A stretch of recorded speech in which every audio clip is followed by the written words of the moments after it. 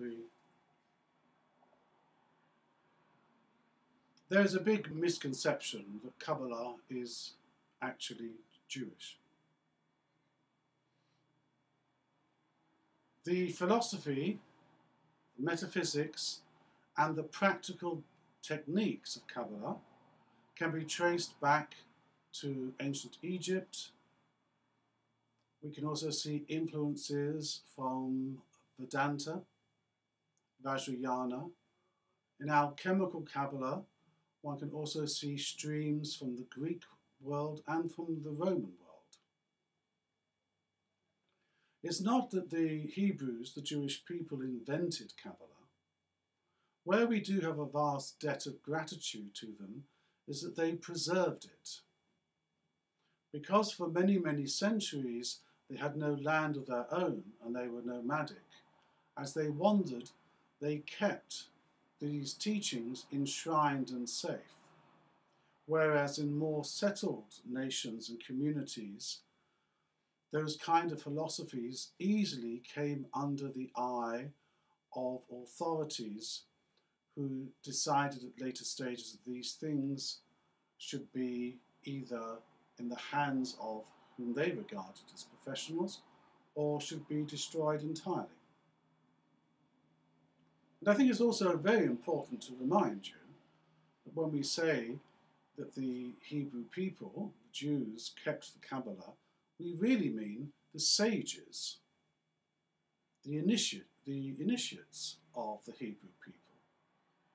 One shouldn't think that, every Jewish man and woman was versed in Kabbalah, any more than to think that every single Tibetan person one meets is a great practitioner of yoga. So, of course, in the West, the wisdom tradition, which then expresses itself through religious metaphor, in the West, the religious tradition is based upon the Judeo-Christian symbolism. And those images and terms and words are deep in the collective unconscious of the West, for good and for bad. One of the aspects we often have trouble with in the West is the fact that we always seem to refer to God as He. And this has led to excuses for subjection of women and of children over many centuries. So here we have a negative example. It's simply the fact that Hebrew, like French, has no neuter. It names everything in terms of male or female. La table, the table. Le chien, the dog. The table's feminine, the dog is masculine, regardless of whether it's a bitch or not. Hebrew is the same. Everything is either male or female. Every single noun is male or female. There's no neuter, as there is in English, or as there is in Sanskrit.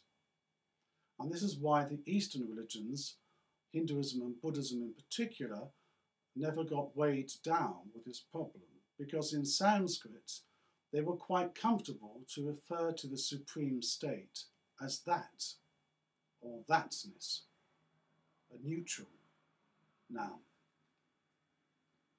But there's also the positive side of this inheritance, and bear in mind this is true for all cultures. Every culture has its light and shadow sides. And the good thing about the Judeo-Christian model is, of course, what we now happily call human rights was built upon the combination of the teachings enshrined in the Ten Commandments and in the teachings of Jesus. And now most of the thinking world accepts the idea of the right for the individual to be happy, to have rights, to seek a fulfilling life. This is peculiar, by which I mean unique to the Judeo-Christian model. Now, to practice Kabbalah, you don't need to know how to speak or read Hebrew. Most of the terms you can learn in a month. The name of the Sephirot, some technical terms, and really these are just jargon. In the same way, if you've ever been to a convention of scientists or mathematicians, as you listen to the talks, you'll hear they're full of jargon. Why does jargon exist? Simply for speed and accuracy of communication. If I speak to another Kabbalist and say, oh, that has the quality of Bina, the other Kabbalist, she understands perfectly what I mean.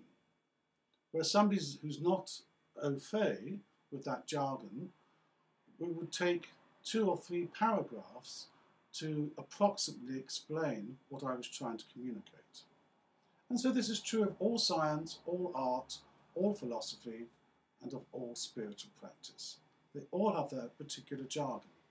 But it doesn't mean that you have to learn to read, write, or speak the particular language.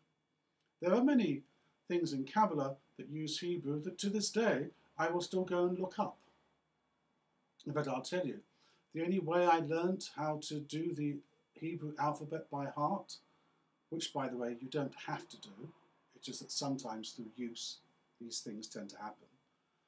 The way I learned to do it, quite unintentionally, was whenever I was putting my tarot deck back into order, the major arcana, the first great 22 cards of the tarot, are linked to the 22 letters of the Hebrew alphabet. Because the cards have to be put back into sequence, I would just pronounce the name of the letter of the card as I was putting the deck back together. And one day I noticed I could do the alphabet by heart. So, Kabbalah, like all real spiritual systems, is the heritage of humanity. It doesn't belong to a particular religion, or to a particular race, or to a particular gender. It's a means whereby we can find fulfillment and liberation, and it's a precious gift that's been preserved for us to use in this day and age. And in Western practice, it's the only complete esoteric system that's left for us. The Egyptian mysteries are lost. We don't know them in their fullness. The same with the Greek mysteries. Modern neo-paganism, Wicca, etc., is a 20th century invention. So we don't have the old practices tried and tested and which deliver the goods. Kabbalah, therefore, for Westerners, is easy to use because the images and words are already in the storehouse of awareness, and it relates to our own history, to the environment that we find ourselves in. For these reasons, we use Qabalah, or Holy Reception.